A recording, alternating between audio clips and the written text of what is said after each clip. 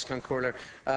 Minister, it is extraordinary that we, as a supposedly neutral state, would commit 8 of our defence forces to work essentially under an EU/NATO operation. And now we have these disclosures of human rights abuses. You have the Human Rights Watch recently reported various incidents that took place in this period, including the summary execution of 13 civilians and the disappearance of others, as well as torture of various civilians. That's in relation to the Malian army. We also have the UN Special Advisor on the Prevention of Genocide, Adama Dieng, expressing serious concerns about human rights abuses in relation to this Malian army. Now, Ireland has a proud history of blue helmet operations in the UN, essentially peacekeeping operations, and I'm conscious the Minister isn't here because he has been in the Lebanon, paying tribute to our defence forces there, and we're very proud of them, the role we've played internationally. But this is not a blue helmet operation, and we need to be very, very clear in terms of, our neutrality. It is a very precious thing to have. It gives us the capacity to play a role in conflict resolution in parts of the world, particularly, I would argue, the likes of the Middle East. But if we are increasingly working with NATO under whatever guise in operations and taking a side, and undermines that neutrality. So I just wanted to get your response to that first. I think I repeat what I said. The United Nations Security Council Resolution 2071 calls on the EU to provide assistance, expertise, training and capacity building support for the armed and security forces of Mali in order to restore the authority of the state over its entire national territory. So Ireland is participating with the number of troops we have there on the basis of the United Nations Security Council resolution. That's why we're there. That's who we're supporting.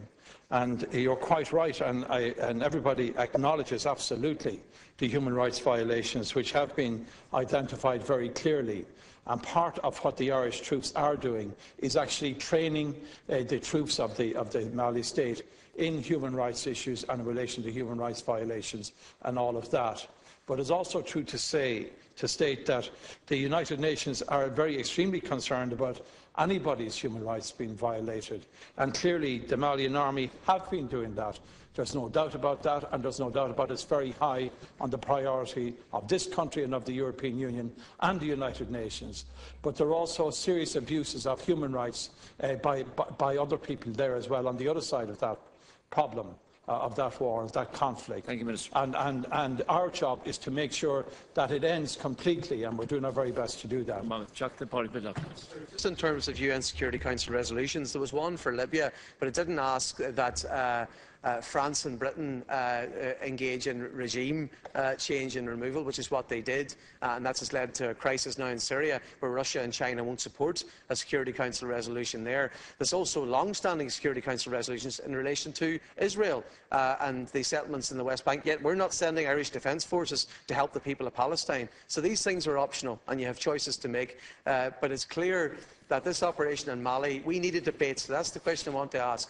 Because we're sending 8 members, that means you do not have to have the sanction of this Dáil. It's more than 12. So I'm appealing to you, Minister, and to Minister Shatter when he's back. We need to have space made for debates in this House on the impact on our neutrality and being involved in this. And yes, there are human rights abuses on both sides of this conflict in Mali. There certainly needs to be an international role in conflict resolution, in peacekeeping, and protecting people on both sides. But we are taking sides. We are taking sides, and we are not neutral in this issue. And I believe that is not in keeping with Ireland's international reputation. We need a debate, and I'm asking you for a debate in this House more than this rushed couple of minutes that we have today. Minister, final reply on this question. It's your priority question, and that's the rule of the Dáil. I don't have a problem taking longer than that if the Dáil so decides.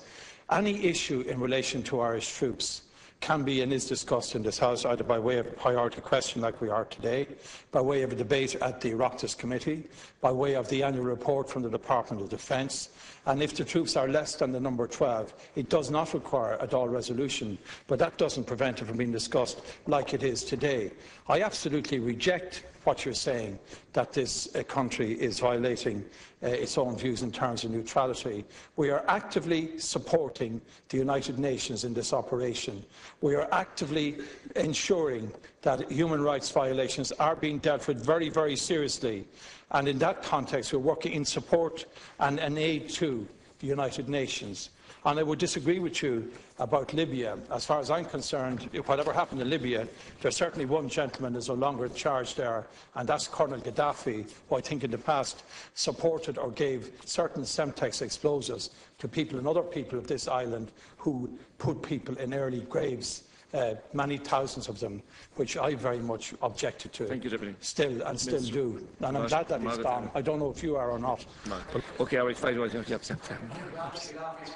That country has been destroyed because of the abuse of a UN Security Council resolution by NATO powers, and every objective observer in the world agrees with that. Deputy, Libya has been destroyed by that approach. That is why Syria now has no intervention. It's the ridiculous behaviour of international powers. Just put that on the record. We have to move on.